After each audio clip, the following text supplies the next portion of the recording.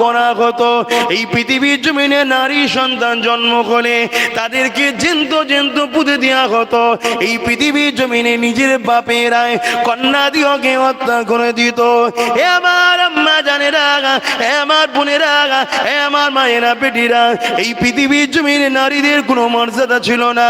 নারীগুলোকে রাখেল বানিয়ে এমন করে তাদেরকে বাজারে তোলা হতো, তাদেরকে বিক্রি করে দেওয়া হতো, তাদের শারীরিক অত্যাচার করা হতো, তাদেরকে হত্যা পর্যন্ত করে দেওয়া হতো। কোনো বিচার ব্যবস্থা এই জমিনের উপরে ছিল না। আমার আম্মা জানেরা, এই পৃথিবীর জমিনে নারীদের মর্যাদা, নারীদের অধিকার, ইনসাফের অধিকার, হকের অধিকার, মায়ের মর্যাদা, স্ত্রীর মর্যাদা, কন্যা সন্তানের যে অধিকার, এই পৃথিবীর জমিনে কথায় নারীদের অধিকার দিবার জন্য আল্লাহ নবী অনেক কষ্ট করেছে, আল্লাহ নবী অনেক মার খেয়েছে, অনেক জায়গায় দয়া নবীকে বেইজ্জতি করার চেষ্টা করা হয়েছে। মা বোনেরা, এ পৃথিবীর নারীরা, তোমাদের জন্য আল্লাহ নবী এত কষ্ট করেছে। এই প্রতিটা মাকে বলবো, আপনি আপনার সন্তান হলে ডাক্তার বানাবার চিন্তা বানান, আপনার সন্তান হলে জজ বানাবার চিন্তা বানান, আপনার সন্তান হলে স্কুলের মাস্টার বানাবার চিন্তা বানান, আপনার সন্তান হলে পুলিশ বানাবার চিন্তা বানান।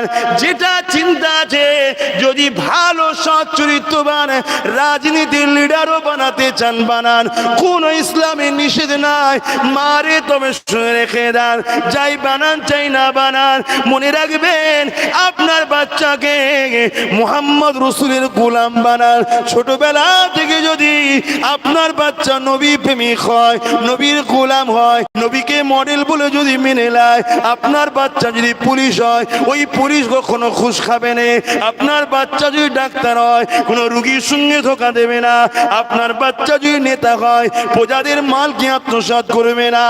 যাই হোক না কেন, আপনার বাচ্চা যদি মুহাম্মাদের গোলাম হয়, ওই বাচ্চার কাছে শুধু আপনি নিরাপত্তা নয়, এই দুনিয়ায় বাচ্চার কাছে নিরাপদ থাকবে।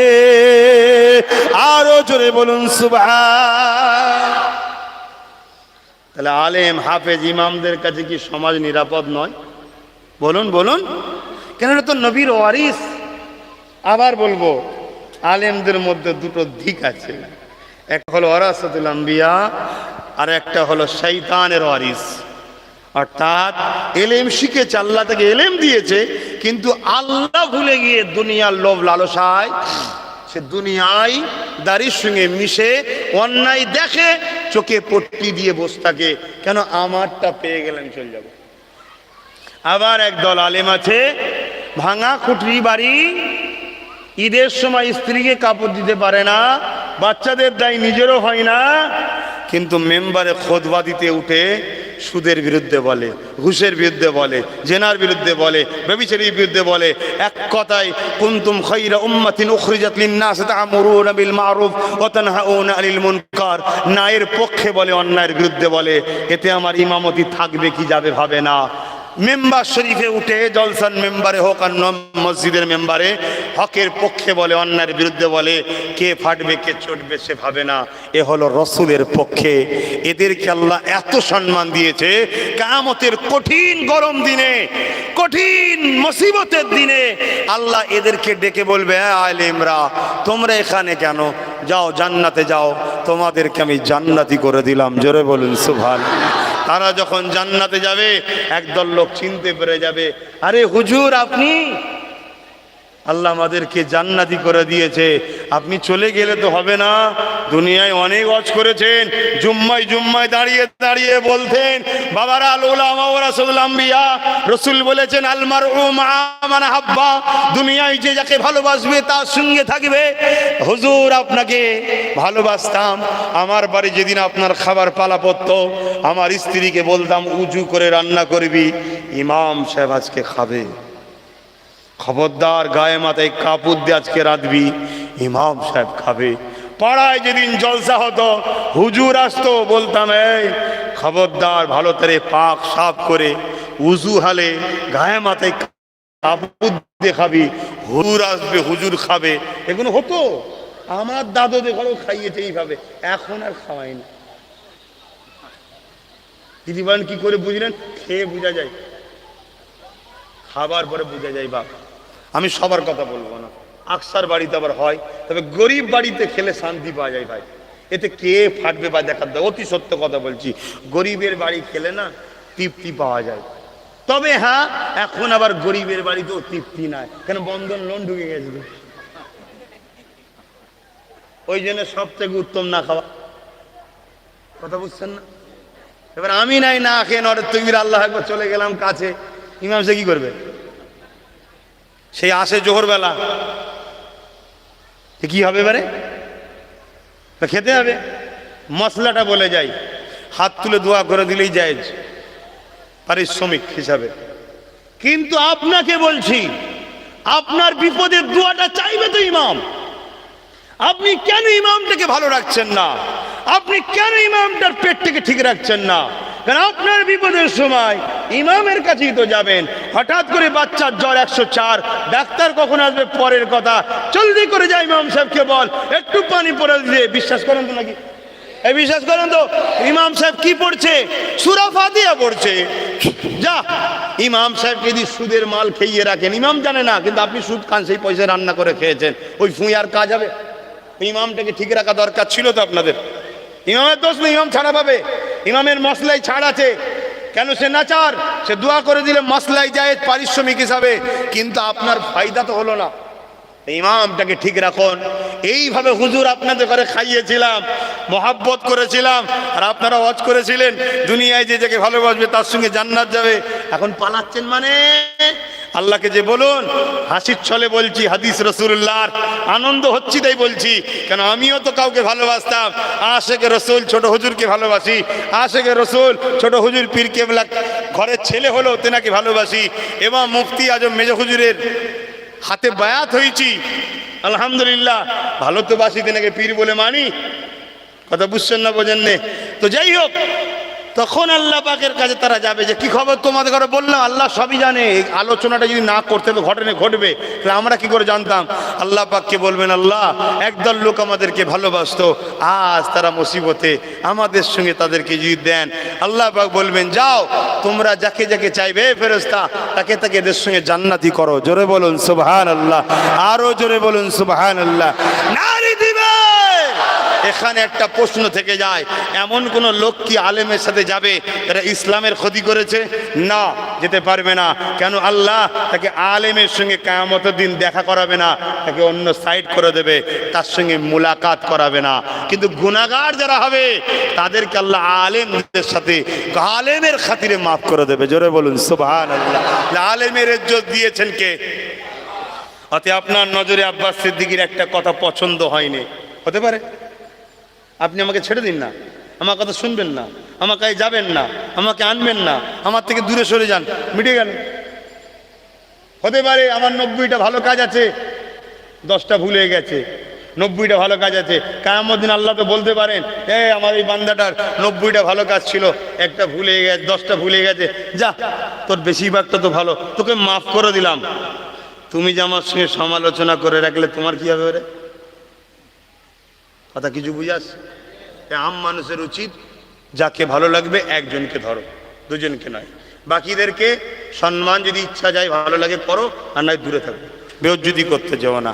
কেউ ভাই দেখছি লুকিয়ে লুকিয়ে মোবাইল করছে, তুমি নিজেকে চালাক মনে করলো, আল্লাহ তো দেখছে। তোমাদের ক্ষতি হয়ে গেলে কিছু মনে করবে না, তখন কিছু আমায় বলবে না। আমি মানা করার পরেও দেখছি কিছু কিছু ছেলে লুকিয়ে লুকিয়ে মোবাইল করছে। বড় আফসোস, বড় দুঃখ। এরা সামান্য নিজের পেটের জন্য কি করতে হয়, কিরম থ্যাম্বেল দিতে হয়, কি কথা লিখতে হয়, হুঁশ নাই। এমন এমন থ্যাম্বেল দিচ্ছে, এমন এমন কথা লিখছে যে কথাতে মানুষ অ্যাট্রাকশন হয়ে দেখে, কিন্তু তার মধ্যে সেই কথাও নাই, সেরকম কোনো বিষয়ও নাই। এই যে ধোঁকাবাজি, এই ধোঁকাবাজি ইনকাম করাটা হারাম। এদের হুঁশই নাই সামান্য পেটের জন্যে। আর এত এছাড়াও শান্তি নেই। কেন? আল্লাহ যদি শান্তি না দেয়, পৃথিবীর কোনো জায়গায় শান্তি কিনতে পাওয়া যায় না। একটা জায়গায় বলেছিলাম, আপনারা শুনেছেন কি জানি না, একটা রাজা ছিল, একটু বলবো, খারাপ নেবেন না তো আবার। এগুলো বোঝাবার জন্য বলতে হয়, এগুলো কোরআন হাদিসের কথা নয়, জানি নবীর মেম্বার, কিন্তু এই কথার মধ্যে আম সমাজকে বোঝাবার একটা জ্ঞান আছে। সেই জন্যে কিছু কথা বোঝাতে হয়, কিন্তু কোরআন হাদিস বিরোধী কথাও নয়। আমি স্বীকার করে নিচ্ছি, যদি আপনারা বলেন একটু বলবো। অনেকে তো আবার বলে হুজুরের ভাঁড়ে শেষ হয়ে গেছে। তা ঠিক আছে বাবা, তোরইটা ঠিক, তুই যে হুজুরের ভাঁড়ে আছে তোর মনে হয় সেখানে থাক না, সমালোচনা করে তোর কি লাভ হবে? তোর কিছু লাভ হবে? আমি না তোকে চিনি, না তোর সাথে আমার কিছু দুশ্মনী আছে বলে। কিন্তু ওই কমেন্টটা যদি একটা অন্য ধর্মের মানুষ দেখে, কি বলবে? দেখ এরা মুসলমান, মুসলমান এদের ধর্মগুরুকে কেমন গালিগালাজ করছে, দেখ কেমন ক্রিটিসাইজ করছে, দেখ। কি গো, বললাম হবে না? হবে না? কোনো বোঝো। হ্যাঁ, আলেমের দায়িত্ব আছে। কোনো আলেম যদি ভুল করে, সেই আলেম যে ভুলটা করছে ওর বিরুদ্ধে নয়। ধরুন আমি একটা কথা বলছি, কেউরও ধারণা রাসূল পাক সাল্লাল্লাহু আলাইহি ওয়াসাল্লাম 40 বছর আগে মুসলমান ছিলেন না, নাউজুবিল্লাহ। ধরেন কারো ধারণা, এরকম ধারণা আছে মুসলমানদের মধ্যে, আপনারা জানেন? এই জানেন? হ্যাঁ হ্যাঁ হ্যাঁ, ইসলাম কিন্তু ইসলামের ঘরের লোকেরাই শেষ করে ফেললো। কি প্রবাদ বাক্য আছে, হামে তো লুট লিয়া হ্যাঁ আপনু নে, গায়রোं में कहाँ दम था, मेरे किस्ती वहाँ डूबी जहाँ पानी कम था। এটা কি খারাপ কথা নাই তো? এই বলবে তো খারাপ কথা নাই তো? কোনো আবার খারাপ জিনিসের ডায়লগ নাই তো? এটাই আমাদের যে সব ড্রাইভার আছে না, বিহারি, জানেন না? আমাদের সব বেশিরভাগ ড্রাইভার তো বিহারি, জানেন তো? ওরা বলে গাড়িতে চালাচ্ছে, আগে তো মিলে ঘুরতাম অনেক বিহারিতে ঘরে, বলে শুনতে শুনতে শিখে গিয়েছি। এই কথাটা খারাপ নয় তো? বলে তো ফেললাম ফট করে আবার। আর যদি খারাপ হয় মাফ করবেন, কেন কথার মানেটা কিন্তু খারাপ নয়। আমাকে লুটেছে আমার আপনজনরা, মানে অপরের কোথায় ক্ষমতা ছিল, আমার কিস্তি মানে নৌকো ওখানে ডুবেছে যেখানে পানি কম ছিল। কথার মধ্যে খারাপ কিছু নেই, কিন্তু এটা কিসের ডায়লগ আবার কে জানে। শেষকালে বলে হুজুর দেখেছো, দেখেছিস এটা হুজুরে, এই তাহলে না বাপ ভুল বুঝবেন না, আল্লাহকে সাক্ষী রেখে বলছি, এটা সোহবতে বসা গাড়ি যারা চালায় দেখবেন, যারা বিহারি উর্দু ভাষী হয় বা বিহারের মানুষ হয়, বিহারের বেশি দেয়, তারা এসব শেরগুলো একটু বলে। আরও ভালো ভালো শের আছে, ইসলামিক শের আছে, আরও আছে। কথা বুঝে আসছে, আমি আরও জানি, বেশি বলতে যাবো নি, বা কুতাকারের কি বলতে কি বলে ফেলবো, বিপদের শেষ থাকবে না। তো যাক, আমি যে কথা এখন বলছি সেটা হচ্ছে এটাই, একটা রাজা, ভাই রাজা বুঝতে পারছেন তো, তার কোনো অভাব আছে? তার কথাই শেষ কথা। তার পাড়া প্রতিবেশী দেশে যা জমি আছে সব তার। ভাই ধৈর্য হারা হচ্ছেন নাকি? ধৈর্য হারা হলে অন্য উলামা কেন দেবো না? ধৈর্য থাকা ভালো, ইন্টারেস্ট কমে গেলে অসুবিধা আছে। থাকতে থাকতে ঘুমটা ফেলে দাও, থাকতে থাকতে ঘুমটা ফেলে দাও, আর নাই ধৈর্য হারা হয়ে যাবে, দেখবেন। কথা বুঝছেন না? তবে হ্যাঁ, এটা বুঝি, যেটা আল্লাহর জন্য করা হয় এটা কোনোদিন পুরাতন হয় না। জোরে বলুন সুবহানাল্লাহ। তাই কোরআন যত পড়ি তত মজা লাগে, নবীর রওজায় যত যাই তত যেতে ভালো লাগে। জোরে বলুন সুবহানাল্লাহ। কাবাকে যত ঘুরি তত ভালো লাগে, কাবাকে জড়িয়ে ধরে যত চুমা দিই তত মন যায় আরও দিই। কেন? এটা আল্লাহর জন্য হয়, ঠিক না? সেজদা যেটা আল্লাহর জন্য হয়, ওই সেজদায় মজা পাওয়া যায়। যদি বলেন সব সেজদাই তো আল্লাহর জন্য হয়, না ভাই, কিছু সেজদা ডিউটির জন্য হয়, ফাটাফাট দিতে মন যায়। কি ডিউটি পড়তে হবে, না পড়লে হয় নামাজ, আল্লাহু আকবার, এটা আলাদা। আর যে সেজদায় যাওয়ার পরে মনে পড়ে যে আমার মালিকের কদমে এখন আমি পা দিয়ে মাথা দিয়ে রেখেছি, আমার মালিকের কুদরতি কদমে, ওই সেজদাটা দেখবেন তুলতে মন যায় না, আরও কিছুক্ষণ থাকি, আরও কিছুক্ষণ থাকি। ওই সেজদার মজা আলাদা মজা। জোরে বলুন সুবহানাল্লাহ। জানি না আপনাদের লাইফে হয় কি না, কেন আপনারা সব আল্লাহ করে আল্লাহ বলি, আমি গুনাহগার মানুষ, তো আমার লাইফে কখনো কখনো হয়, কখনো কখনো হয়, কখনো কখনো সেজদা তাড়াতাড়ি হয়ে যায়। কথা বুঝে আসছে? তাড়াতাড়ি হয়ে যায়। শয়তানি ধোঁকা, দুনিয়াদারি খেয়াল, দুনিয়াদারি কাজে ব্যস্ত, এখানে যেতে হবে ওখানে যেতে হবে। আবার কখনো কখনো হয় যে সেজদায় অনেক তৃপ্তি পাওয়া যায়, চোখের কোণাতে পানি এসে যায়, যেন মনে হয় মালিককে জড়িয়ে ধরেছি ফাটা, দিলটা ঠিক এরকমই মনে হয়, আর মাথা তুলব না, যেন মনে হয় এই সময়টাই মরণটা হলে কতটা না ভালো হয়। কিয়ামতের দিন যদি জিজ্ঞেস করে কি করেছিস, কিছুই নয়, তোমার কদমে মাথা রেখে মারা গেছে, এটাই করেছি। জোরে বলুন সুবহানাল্লাহ। এটা তো একজন আশা, একজন একজন দাস মালিকের কাছে আসা, মালিক যদি বলে তোকে দেবো না, কিছু করার আছে? আর মালিক যদি বলে দেবো, কারো কিছু করার আছে? সব তিনার উপরে। আহা, তেনাকে ভালোবাসে। দুনিয়া জমিনে প্রতিটা কদম ফেলার সময় ভাবতে থাকবেন, এই কদমে আল্লাহ খুশি না বেজান, এই কাজে আল্লাহ খুশি না বেজান। এ না জওয়ান কোথায় যাচ্ছ? না আমি চাঁদ রাত উপলক্ষ করে ফাংশন হচ্ছে ওখানে যাচ্ছি। এ যুবক তুমি বলো, তোমার এই যাওয়াতে আল্লাহ খুশি না বেজান? তোমার হৃদয়কে কি জিজ্ঞাসা করেছো? তোমার আল্লাহ নবী কি চাঁদ রাত উপলক্ষ করে এই খান ফাংশন কি দিত? তোমার নবী কি চাঁদ রাত উপলক্ষ করে এই নাচ গানের কি পার্টি দিয়ে না দেয় না? তাহলে তুমি যখন স্বীকার করে নিয়েছো, তাহলে তুমি কোন ইসলামকে মানছো? তোমার নবীর ইসলামে যখন চাঁদ রাত উপলক্ষ করে কোনো গান ফাংশন নেই, যখন কেন তুমি করতে যাচ্ছ?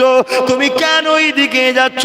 তবে যুবক শুনে রাখো দাও, যখন তুমি ওই দিকে রওনা দেবে, তুমি প্রতিটা কদম ফেলতে থাকবে, তোমার আমার আল্লাহ তোমাকে আমাকে ডাকতে থাকে, ওরে আমার বান্দা বান্দি রে, আয় ফিরে আয়, ওই দিকে যাস না রে বান্দা বান্দি রেখে, ওইটা কোনো শয়তানের রাস্তা, ওখান থেকে গেলে আমার থেকে দূরে সরে যাবার রাস্তা, ওটা আযাবের রাস্তা, ওটা আমার রহমত থেকে দূরে যাবার রাস্তা।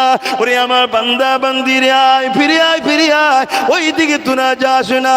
আল্লাহ পাকের এই ডাক দেখে বারবার ফেরেশতারা বলতে লাগে, ও রব্বি আল্লাহ, কেন ওদেরকে আপনি বারবার বারবার করে ডাকেন? ওরা তো আপনার ডাকি সাড়া দেয় না। আমরা তো রয়েছি আপনার দাসত্ব করার জন্যে। আমার আল্লাহ পাক বলে, ওরে আমার ফেরেশতারে, আমি কারো মুখাপেক্ষী নয়, তোরা দাসত্ব করলি কি না করলি কি, আমার বান্দা দাসত্ব করলি কি না করলি কি, কিন্তু আমার নিজাম, আমার আইন কানুন কখনো চেঞ্জ হবে না। আমার বান্দা যেদিকে যাচ্ছে ওই দিকটা হলো আযাবের দিক। আমি আমার বান্দাকে বড় ভালোবাসি, আমার বান্দিকে বড় ভালোবাসি, তাই তাকে বারবার বারবার ডাকি। কেন ধোকায় পড়ে গেলি? কেন গানে চলে গেলি? কেন ফাংশনে চলে গেলি? কেন নাচে চলে গেলি? কেন অর্ধ উলঙ্গা নারী চেহারা দেখতে চলে গেলি? ওরে আমার বান্দারে, আমি আল্লাহ যদি তোকে কানা করতাম, তাহলে তুই ভেবে দেখ, তুই দুনিয়ার কোনো স্বাদ পেদি না, মা বাপকে দেখতে পেদি না, স্ত্রী বাচ্চা কাউকে দেখতে পেদি না। আমি আল্লাহ তোকে সব দিলাম, আমার দিয়ে নিয়া বদলিয়ে আমার বিরোধী করিস না রে বান্দা। এইভাবে ডাকতে থাকে, আমি আপনি হয়তো সারা দিলাম না, ওই গানে চলে গেলাম। আমার আল্লাহ পাক বড় মনটা, কুদরতি অন্তরটা, এ যুবক তোমার আমার দিকে তাকিয়ে রয়ে যায়, কুদরতি নজরে তাকিয়ে রয়ে যায়। তুমি আমি পাপের মধ্যে লিপ্ত হয়ে গেলাম, আল্লাহ তখনও ডাকতে লাগে, ফিরে আয়, এখনো সময় আছে, ফিরে আয়, এখনো সময় আছে, ফিরে আয়। কি হলো? হ্যাঁ,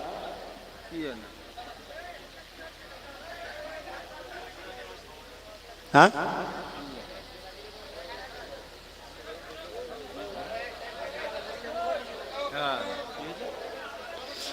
তোমরা কি মা বোনগুলোকে দিন ধর্ম থেকে বার করে দেবে নাকি? তাদেরও তো দরকার শরিয়াত জানা, তাদেরও তো দিন গুলো জানা, তারা তো পর্দার আড়ালে আছে আলাদা।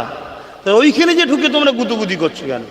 হ্যাঁ, এত বিহায়া হয়ে গেছে কেন? একটা দুটো ছেলের জন্য মাহফিলের সৌন্দর্য নষ্ট হবে? এই তোমরা কেউ ডাউটি করোনি, ভলেন্টিয়ার কোথায়? রমজান ভাইরা কোথায়? তোমরা দেখতে পাচ্ছ না কোনোকে? ভালো না লাগে একদম আসবে না। আমাদের 10টা ভালো লোক থাকবো, 10টা গেলে থাকবো আমরা। তাদেরও তো ধর্ম জানা দরকার, তারাও একটু আল্লাহর কথা শুনবে, রসুলের কথা শুনবে। কিছুক্ষণের জন্য তাদের মনটাও তো নরম হয়ে একটু চোখ দিয়ে পানি বেরোতে পারে। আরে আমার নবী কত কষ্ট করে দিনটা রেখে গেছে, এই চোখে সামান্য পানিতে আল্লাহ তাদেরকে নাজাত দিয়ে দিতে পারে। জোরে বলুন সুবহানাল্লাহ। তারাও তো জান্নাতে যাবে, আমাদের সাথে আশা করা দরকার। আসুন, আর কথা বেরিয়ে লাভ নেই, একটু সালাম দেবো, একটু সালাম দেবো। বসে দেন না দাঁড়িয়ে দেন? তা দাঁড়ানোতেই আছেন তো? হ্যাঁ, নতুন করে আর এদিক ওদিক ভাগাভাগি করার দরকার নেই। কথা বুঝে আসছে? সালাম দিয়ে আল্লাহর হুকুম, দাঁড়ানোটা হলো প্রেমের ব্যাপার, এটা প্রেমের ব্যাপার। পছন্দের ব্যাপার। কথা বুঝে আসছে? ইয়া নবী সালাম।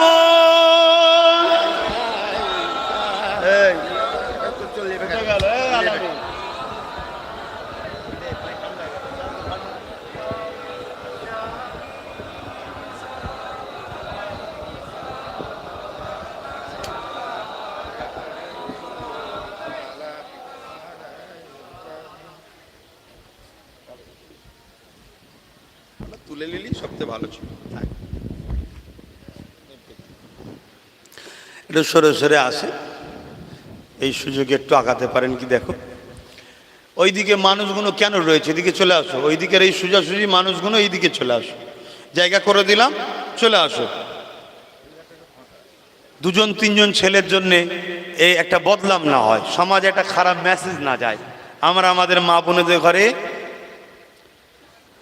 সম্মানের জিনিস, আদবের জিনিস, আদরের জিনিস, তাই তাদেরকে আমরা আলাদাভাবে পর্দার সাথে রাখি। কথা বুঝে আসছে? সেই সৌন্দর্যটাকে মজায় রাখবেন। খবরদার ভুল রাস্তায় যাবেন না। সরে সরে আসেন এদিকটায়, এই সরে সরে। যারা কমিটি আছে, জলসার যারা কমিটি, যে কোনো জলসায় যাবেন, ওই কমিটির কথা শুনবেন। যদি কমিটির কথা না শুনতে পারেন, আপনি জলসায় যাবেন না, দূরে থাকবেন। কেন? ওই জলসাটাকে ম্যানেজমেন্ট তারা করে। কোনো রকম একটা অ্যাক্সিডেন্ট ঘটলে সম্পূর্ণ দোষী কিন্তু কমিটি হবে। তাহলে সেই কমিটির উপর একটা দায়িত্ব থাকে না, থাকে না? তারা সারা দিন খেটে খুঁটে মেহনত করে একটা জান্নাতের বাগান তৈরি করেছে আপনাদের উপকারের জন্য। সবাই এসে বসবে, সুবহানাল্লাহ দরুদ শরীফ পড়বে, আর তারা ম্যানেজ করতে গিয়ে আপনাদের ঘরে বলে, ভাই একটু ভেতরে ঢুকুন, রাস্তায় দাঁড়াবেন না, পথচারী মানুষ যাবে, বিভিন্ন ধর্মের মানুষ যাবে, মেসেজ খারাপ যাবে, আমাদের উপর একটা চাপ আসবে। অনেক কিছু সিস্টেম থাকে। আর বিশেষ করে ইসলামের কাজে বাবা, ভারতবর্ষে এখন ইসলাম মানা বা ইসলামের কাজে অনেক বাধা রে বাপ। এই কথা সবাই বলতে না পারলেও আমি বলছি, ভারতবর্ষে, সে আমার বাংলা হোক আর টোটাল ভারতে হোক, ইসলামের কর্মকাণ্ড করা বা ইসলামের কাজ করা এখন অনেক বাধার ব্যাপার, অনেক বাধার ব্যাপার। তারপরেও আমার ভাইয়েরা বা আমার কমের মানুষরা আলহামদুলিল্লাহ, তারা খুশিতে খুশিতে যান চলে গেলেও চলে যাবে, ধর্মের কাজ তো করে যাচ্ছে। এই দেখুন না, তাম ভারতবর্ষে কয়েক কোটি কোটি মানুষ ঈদের নামাজ পড়লো। কই কোনো জায়গায় অন্য কোনো ধর্মের কোনো স্থানে গিয়ে কোনো রকম হট্টগোল গুণজল কে হয়েছে দেখেছেন? না। এ শিক্ষাটা কে দিল আপনাকে? আব্বাস সিদ্দিকী দিয়েছে? না, এ শিক্ষা ১৫০০ বছর আগে আমেনা লাল দিয়ে গেছে। জোরে বলুন সুবহানাল্লাহ। এই আমেনা লালের দিনটাকে যারা মানে তারাই হলো ইমানদার মুসলমান। অন্যের ধর্মস্থানে যে হই হই করা, গালিগালাজ করা, কটূক্তি করা, এটা মোহাম্মদ রসুলের তালে মাননেওয়ালা হতে পারবে না। মোহাম্মদ রসুলের মাননেওয়ালা হতে গেলে নিজের ধর্মকে বিশ্বাস করতে হবে, অপরের ধর্মকে সম্মান শ্রদ্ধা করতে হবে। যে বাবা তোর কাছে তোরটা ঠিক আছে, বাবা আমার কাছে আমারটা বিশ্বাসের জিনিস, আমি মানি, আমার কাছে আমারটা।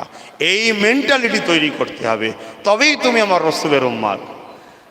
আর নচেত তোমাকে হয়তো জোর করে সবাই বলবে মুসলমান, বা তুমিও হয়তো বলতে পারো আমি পাক্কা মুসলমান। কিছু কিছু বলে না যে আমরাও তো নামাজ পড়ি, বলে না, বলে না আমরাও তো নামাজ পড়ি। আরে নামাজ তো ইবলিস শয়তান 7 কোটি বছর পড়েছে। ক বছর? 7 কোটি বছর। তো কি হয়েছে? হ্যাঁ, কপালটা ঠেকিয়ে দিবার নাম নামাজ নয়, হাঁটুতে হাত দিয়ে ওপর হয়ে যাওয়ার নাম নামাজ নয়। কথা বুঝে আসছেন? নামাজ কাকে বলে সেইটাই বোঝেন। বলছে আমরাও তো নামাজ পড়ি। বাপ রে বাপ। আসেন, কথায় কথা বাড়বে। এখন ঈদের হাওয়া চলছে, বেশি কিছু বলবো না। ঈদের হাওয়াটা একটু কেটে যাক, তারপরে আল্লাহ কারে হবে খুনি। অসুবিধা আছে? বেশি কিছু বলবো না বলতে কি সব ইসলামের বিরুদ্ধে বলছি নাকি? কোনোদিন বলেছি না ইসলামের বিরুদ্ধে বলবো না।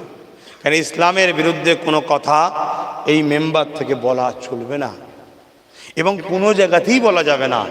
ইসলামের বিরুদ্ধে কোনো কথাকে শোনা বলাটাও হারাম, শোনাও হারাম, বলাও হারাম। বুড়া কথা, অন্যায় কথা শুনতেও নাই, অন্যায় কথা বলতেও নাই। ক্ষমতা থাকলে অন্যায় ইসলাম বিরোধী কথার বিরুদ্ধে লড়তে হয়, এর নাম তো ইসলাম। ইয়া নবী সালাম, ইয়া রাসূল ইয়া হাবিব সালাম কঠিন হাসরের দিনে কি আছে মোদে এ কপালে গুনাহগার উম্মাহ আতো আপনার লইবেন সঙ্গে এ মাহশরে নবী সালাম ইয়া রাসূল ইয়া হাবিব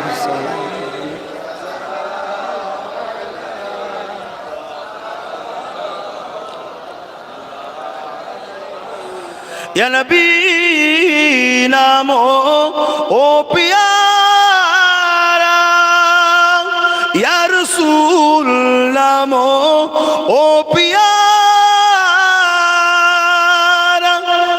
আরশ